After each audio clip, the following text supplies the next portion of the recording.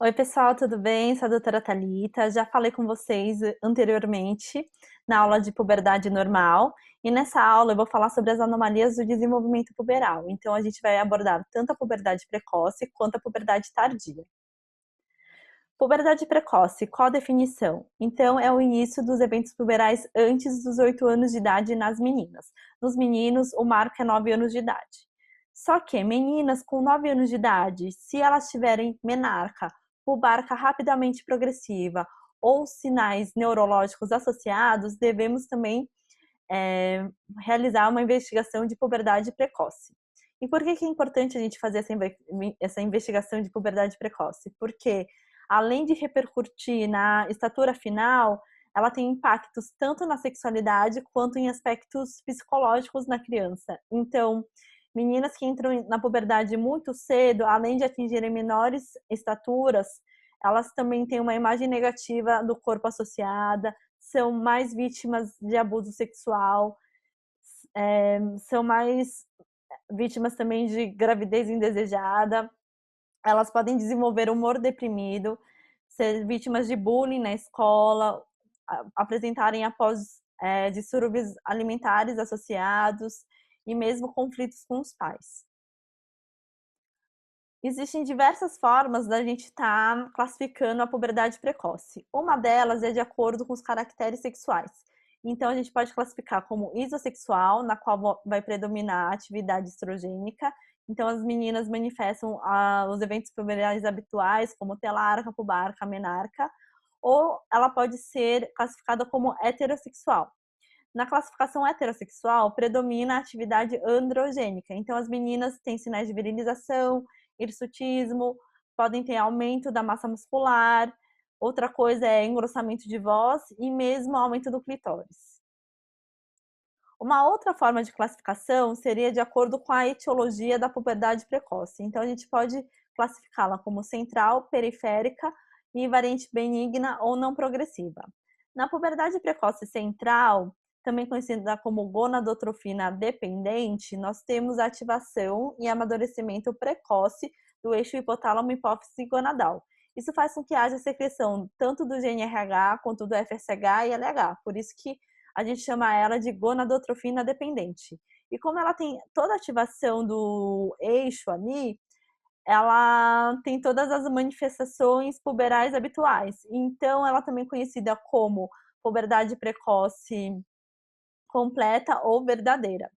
Já na puberdade precoce periférica, também conhecida como gonadotrofina independente, temos a produção de esteroides sexuais decorrentes da produção ovariana ou adrenal. Isso faz com que o eixo hipotálamo-hipófise gonadal esteja suprimido. Não temos a secreção do GNRH e o FSH e LH estão em doses baixas. Por isso que é também conhecida como gonadotrofina independente, forma incompleta ou pseudopuberdade. Já nas variantes benignas ou não progressivas, temos geralmente um dos caracteres sexuais presentes apenas e a etiologia ainda é desconhecida, mas a gente sabe que também é uma gonadotrofina independente. Não está associada à ativação completa do eixo hipotálamo hipófise gonadal. Das variantes benignas ou não progressivas, a gente tem que lembrar da telarca precoce idiopática, pubarca precoce idiopática e a menarca isolada. Na telarca precoce idiopática, nós temos o surgimento do broto mamário antes dos 8 anos de idade. Quando o broto mamário surge antes dos 2 anos de idade, é mais fácil de dar esse diagnóstico, porque muito provavelmente é decorrente dos hormônios maternos circulantes ainda e vai ser realmente autolimitado. Já após 4 anos de idade, temos que ter um segmento mais cuidadoso, porque de 10 a 20% dessas meninas, elas podem evoluir para uma puberdade precoce central. Então, por isso que o acompanhamento deve ser mais de perto. De toda forma, a telarca precoce idiopática, vai ser autolimitada, ela não está associada a uma progressão da idade óssea. Então, por isso, muitas vezes a conduta é só expectante, é só um acompanhamento e orientação dos pais. Na pubarca precoce idiopática, nós temos então o surgimento dos pelos pubianos antes dos 8 anos de idade, acompanhado ou não dos pelos axilares. E ela vai ser decorrente da adrenarca precoce. Aqui também não temos prejuízo do crescimento, bem como na menarca isolada não há também prejuízo do crescimento. Em todas as variantes benignas, a gente não tem avanço da idade óssea, tá bom, pessoal? E na puberdade precoce idiopática, temos sempre que fazer o diagnóstico diferencial de hiperplasia adrenal congênita e tumor adrenal. Já na menarca isolada, sempre temos que afastar outras causas de sangramento vaginal comuns na infância, como corpo estranho, traumas e vulvovaginites. Dentre as causas de puberdade precoce central, temos que lembrar das causas idiopáticas, que é a maior parte das causas, mas é um diagnóstico de exclusão. Lembrar também de lesões do sistema nervoso central, tumores, o principal deles é amartomas, mas também gliomas e astrocitomas. E de causas não tumorais de sistema nervoso central, lembrar das malformações como a hipoplasia do nervo óptico, sequelas infecciosas, traumas, radioterapia e mesmo hidrocefalia podem ser causas de puberdade precoce central.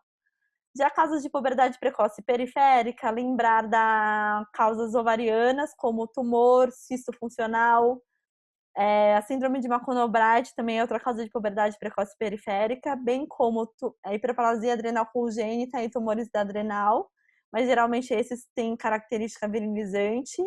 E também o uso de estrogênios e androgênios exógenos também podem levar a quadros de puberdade precoce periférica. Só para a gente falar um pouquinho mais das lesões do sistema nervoso central que causam puberdade precoce central, lembrar dos amartomas hipotalâmicos, eles são muito cobrados em provas, porque embora sejam malformações congênitas raras não neoplásicas, acometendo uma a cada 200 mil meninas, ele é o tipo de tumor de sistema nervoso central mais associado com o quadro de puberdade precoce nas crianças jovens. E ela é causada por massa heterotópica de tecido hipotalâmico com neurônios displásicos na região da base do crânio, no assoalho do terceiro ventrículo. A clínica, além da puberdade precoce central, temos associado crises elásticas, que são aquelas crises de risos imotivados, e além disso, distúrbios de comportamento e retardo mental.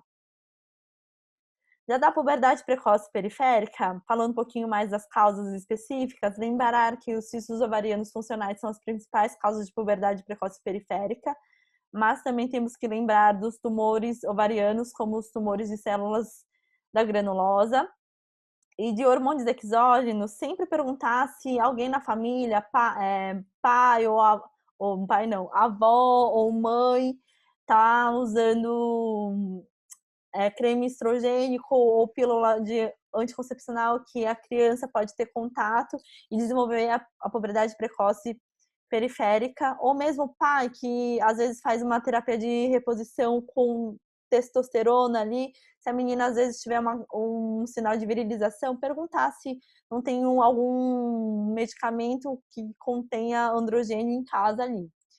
Lembrar também da alimentação, meninas que consomem muita soja, a soja é rica em fitoestrogênios e isso pode levar também a quadros de puberdade precoce periférica.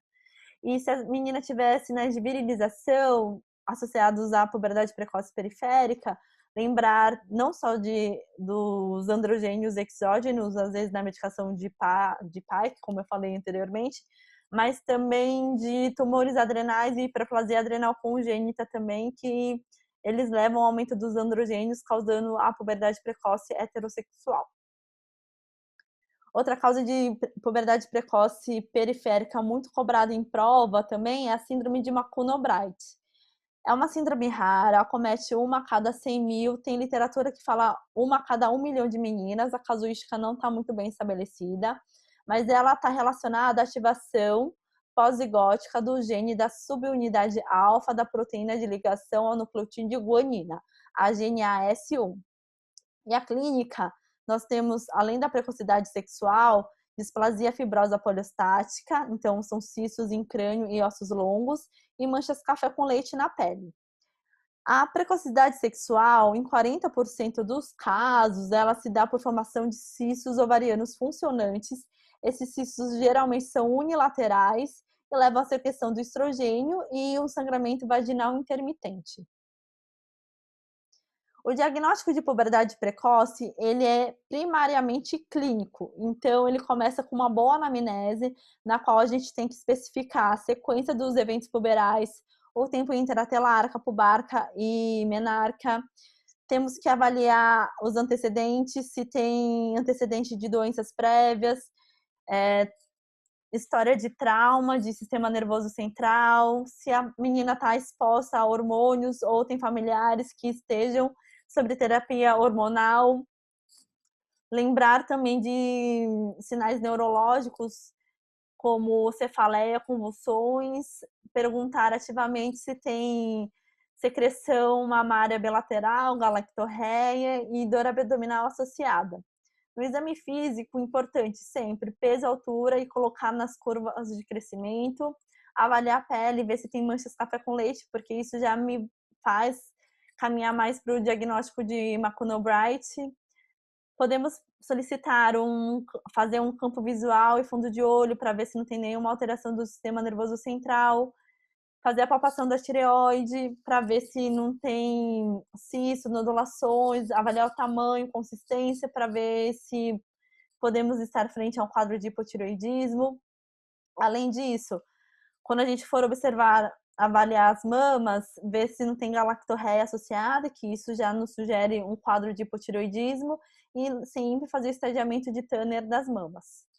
Na região do abdômen, fazer a palpação para ver se não tem nenhuma massa tumoral associada, e na genitália externa, observar a pilificação e colocar no estadiamento de Tanner, além de ver a coloração da mucosa, espessamento menal, trofismo vaginal, ver se tem acúmulo de gordura no monte púbico, que tudo isso é sinal sugestivo de estrogenização.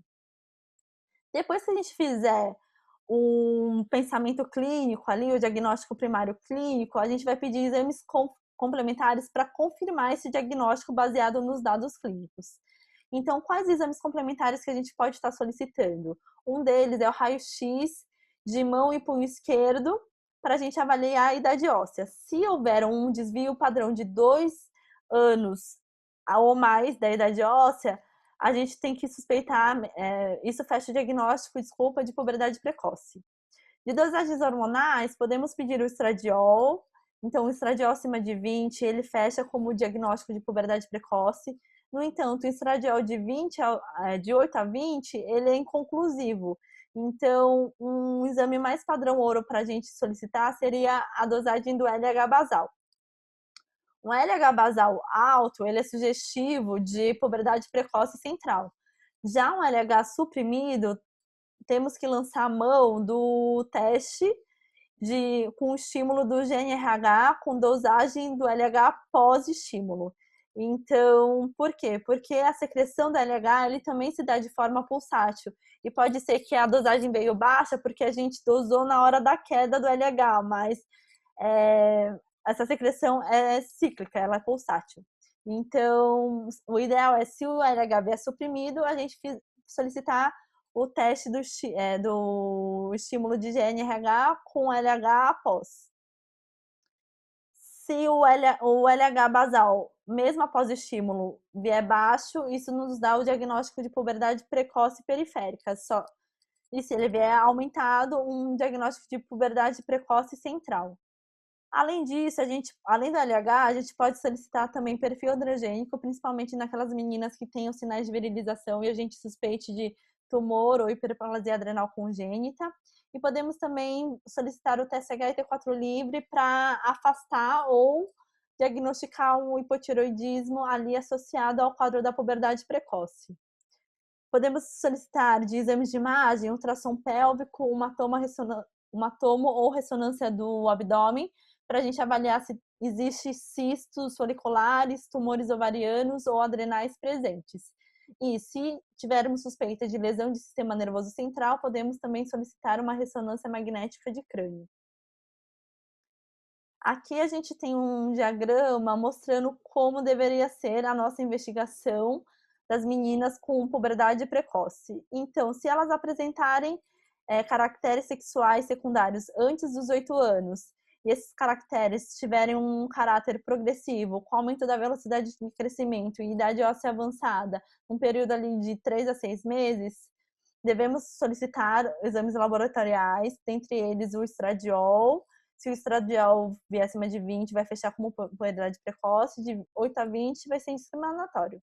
Aí, para a gente classificar se vai ser de causa central ou periférico, o ideal é a gente pedir o LH basal. O LH basal, então, acima de 0,6 pelo teste imunofluorométrico ou acima de 0,3 pelo teste de imunoquimiofluorescência, isso nos dá o diagnóstico de puberdade precoce central. Mostra que pra gente que o eixo hipotálamo hipófise gonadal ele está ativado.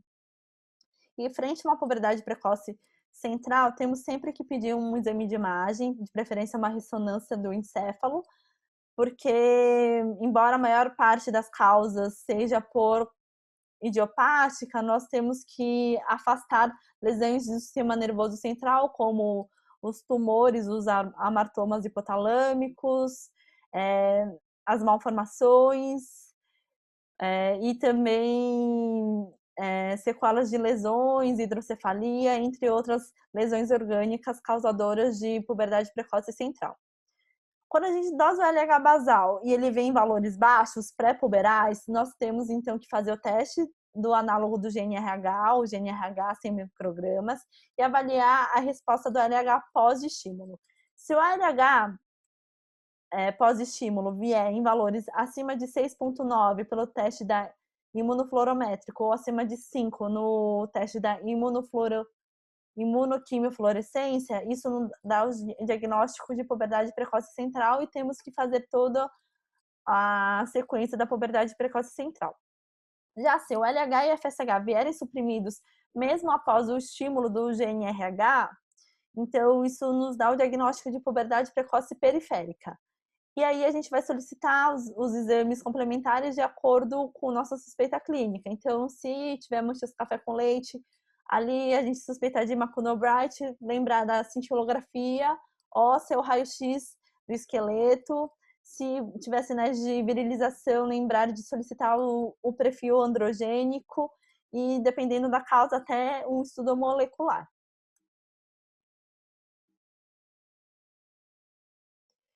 E o tratamento, quando é que a gente vai instaurar?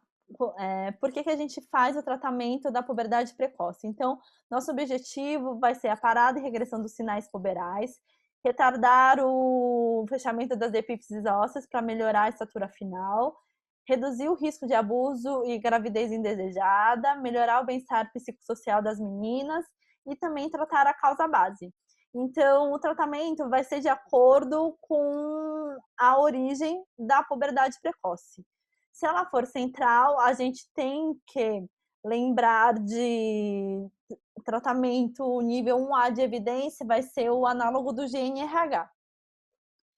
E a gente tem que monitorar esse tratamento de acordo com o desenvolvimento puberal, níveis hormonais, velocidade de crescimento, a gente tem que avaliar a cada 3 a 6 meses, e idade óssea solicitada semestralmente ou anualmente. A gente vai tratar essa criança até cerca dos 12 anos e meio, mas isso vai depender muito do aspecto psicológico da menina. Lembrando que no tratamento da puberdade precoce central, os critérios para o tratamento, então, a gente primeiro avalia a progressão de desenvolvimento puberal e a velocidade de crescimento antes do tratamento. A gente acompanha durante 3 a 6 meses e avalia se realmente se trata de uma puberdade precoce central ou não, se está realmente tendo essa progressão. E quanto antes a gente iniciar o tratamento, melhor vai ser a resposta, principalmente em relação à estatura final. E a gente tem uma resposta boa também no aspecto psicológico dessas crianças.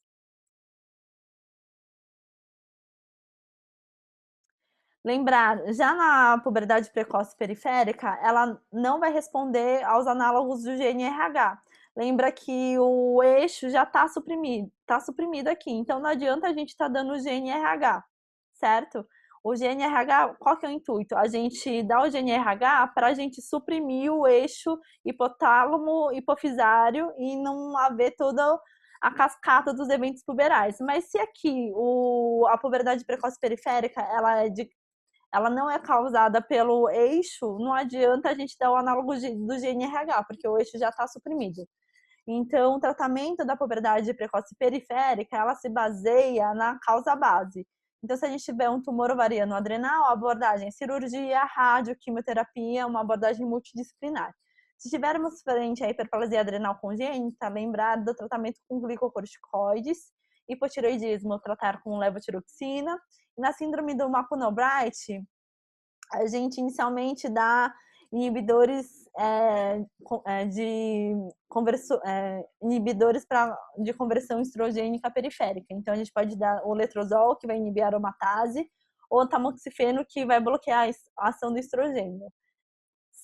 Só que se a menina na puberdade, no síndrome de Macuno-Bright, ela pode evoluir, assim como todas as outras puberdades periféricas que eu falei anteriormente, dependendo do nível de estrogênio circulante, pode evoluir para a puberdade precoce central. E aí, se ela evoluir para a puberdade precoce central, a gente tem que usar um análogo do GNRH. Então, toda vez que a gente estiver frente à puberdade precoce, a gente sempre tem que se perguntar: essa menina está muito jovem para atingir esse nível de desenvolvimento? Qual seria a causa? E devemos tratar ou não? Então, sempre ter essas 3 perguntas em mente frente a um quadro de puberdade precoce. Já a puberdade tardia, por definição, é a ausência de caracteres sexuais secundários aos 13 anos ou a ausência de menarca aos 16 ou 5 anos após a telarca. Na puberdade tardia, ela vai estar muito relacionada também com aquelas investigações de amenorreia primária, porque a puberdade tardia e a amenorreia primária muitas vezes têm causas em comum. E quais seriam as causas da puberdade tardia? Então, a gente tem uma disfunção da secreção hormonal ovariana, pode ser de causa central, pode ser por falência ovariana, ou por doenças crônicas, ou por disgenesias gonádicas, ou pode ser por doenças crônicas como Crohn, doença celíaca, fibrose cística, anemia falciforme, pode ser constitucional por famílias de maturadoras mais tardias mesmo. Outra causa correlacionada muito à puberdade tardia é desnutrição, pode estar correlacionada a tumores de sistema nervoso central e, como eu já disse anteriormente, com disgenesias gonádicas.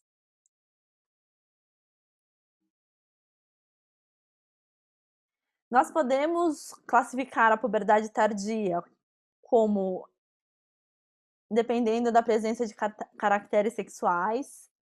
Então, eugonádica quando tiver a presença de caracteres sexuais secundários, ou infantilismo sexual quando não tiver a presença de caracteres sexuais secundários, ou podemos classificar também de acordo com a etiologia. Então, a gente pode classificar como retardo constitucional, hipogonadismo hipogonadotrófico, quando a gente tem uma disfunção hipotalâmica hipofisária associada, e hipogonadismo hipergonadotrófico, quando a causa é gonadal. De causas relacionadas a hipogonadismo hipogonadotrófico, lembrar de tumores, síndrome de Kallmann, endocrinopatias, anorexia nervosa, doenças crônicas, hiperatividade física, sequelas de quimio e radioterapia. Já de causas gonadais, lembrar da digenesia gonadal, dos ovários resistentes, lembrando, por exemplo, as síndromes de ovários policísticos, doenças autoimunes e cirurgias ovarianas associadas. Então, frente a um quadro de puberdade tardia, o que é imprescindível é caracterizar se tem algum grau de infantilismo, avaliar o estado nutricional, ver se tem estigmas de Turner, avaliar a estatura, envergadura. E de exames laboratoriais, a gente pode lançar mão do LH, FSH, estradiol, para tentar identificar a causa, fazer um ultrassom pélvico para avaliar as estruturas pélvicas associadas ali. Podemos solicitar o raio-x de idade óssea, então um raio-x com 2 desvios padrões, acima de 2 desvios padrões. Então, uma menina que tenha 16 anos, mais um raio-x de idade óssea de 14 anos, pensar em retardo ali retardo puberal. Avaliar cariótipo dependendo de se ela tiver estigmas ou das dosagens de FSH. Podemos pedir o teste do olfato quando a gente suspeita de síndrome de Kallmann, por exemplo. Tomo e ressonância, principalmente de hipófise e célula túrcica, quando a gente suspeita de alguma lesão de sistema nervoso central. Podemos pedir o TSH, prolactina e também o teste de estímulo do GNRH para a gente avaliar qual a causa da puberdade, do atraso puberal. Então, aqui tem o diagrama de como a gente faz essa investigação. Se o FSH estiver baixo, então provavelmente a gente está num quadro de hipogonadismo hipogonadotrófico, né? A gente tem um bloqueio de todo o eixo. E aí o que a gente solicita? Além da prolactina, a gente pode pedir os testes funcionais e exames de imagem. Se os testes funcionais e imagem em prolactina vierem normais, a gente suspeita de atraso constitucional, distúrbios alimentares, doenças crônicas. Já se vier alguma alteração de imagem, podemos estar frente a hipopituitarismo, síndrome de Kallmann, algum tumor de sistema nervoso central. E se a prolactina vier alta, suspeitar de hiperprolactinemia.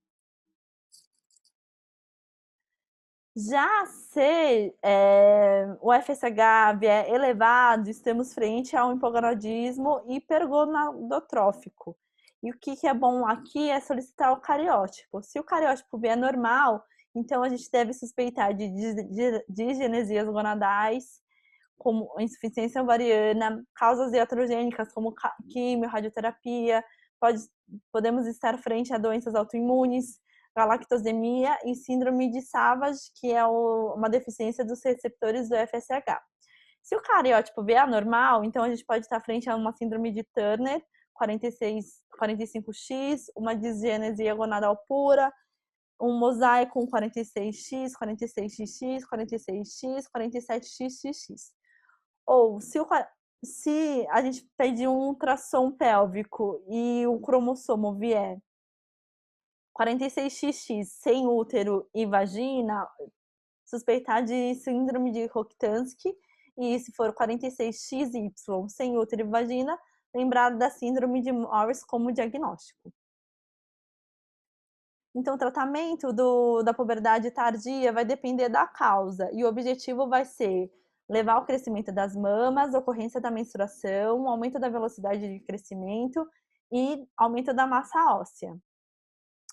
Então, no tratamento, a gente tem que avaliar as principais causas. Se for idiopático ou sindrômico, a gente entra com terapia estrogênica e acompanhamento. E se ela tiver uma causa específica, a gente trata essa causa específica. E se houver falha no tratamento, a gente entra com terapia estrogênica e também acompanhamento. Aqui, pessoal, eu deixei algumas questões só para a gente clarear todas essas informações que eu dei para vocês. Então, vou dar alguns testezinhos só para a gente fixar alguns conceitos. Menina com 5 anos de idade tem resposta puberal ao LH, ao teste de estímulo e LH e FSH acima de 1. Esses resultados são compatíveis com qual patologia? Então, síndrome de McConnell-Bright, amartoma hipotalâmico, tumor de teca granulosa, esteroides sexuais exógenos.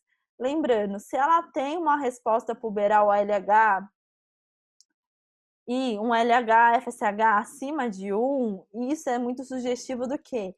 De puberdade central, precoce central. Puberdade precoce central, lembrar de amartomas hipotalâmicos. Tanto síndrome de McConnell-Bright, tumor de teca, e granulosa e esteroides sexuais exógenos são responsáveis por puberdade precoce periférica. Então, a gente não tem resposta puberal LH, mesmo após estímulo, e a relação LH-FSH é abaixo de 0,66. Você recebe no ambulatório um paciente com 5 anos de idade com sangramento vaginal. O responsável nega história de uso de hormônios. Ela tem manchas café com leite no dorso, abdômen e vulva sem alterações. No ultrassom pélvico, os ovários estão normais. O FSH e estradiol estão em níveis pré-puberais. E após o teste de estímulo, ela tem um LH-FSH abaixo de 0,66. Qual a sua principal hipótese diagnóstica? Só pelas manchas café com leite aqui já seria síndrome McConnell-Bright. Mas, além disso, lembrar que o LH está suprimido aqui, tanto o LH basal, mesmo com o teste de estímulo, também o LH está suprimido. Então, por isso, síndrome de McConnell-Bright. Vaginite por corpo estranho não vai alterar a secreção hormonal, o amartoma hipotalâmico é causa central e a menarca isolada também não tem alteração hormonal associada. Menina de 17 anos, sexo feminino, procura atendimento médico com queixa de ainda não ter menstruado. Sua mãe apresenta menarca, tá errado aqui, tá, gente? Aos 12 anos de idade. No exame físico, ela tem M1P1 e o peso 35, estatura 1,45, abaixo do peso 5 da idade. Não, esfregação vaginal sem evidência de ação estrogênica e fez um teste de progesterona que deu sem resposta, com altos níveis de FSH. Então, aqui a gente está frente a um quadro de puberdade tardia, com infantilismo sexual.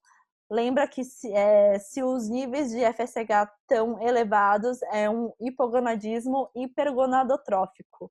Frente a isso, a gente pensaria em quem? Síndrome de Turner, porque ela tem alteração dos níveis hormonais, do desenvolvimento puberal inteiro, mesmo com 17 anos, por isso a gente exclui aqui o atraso constitucional.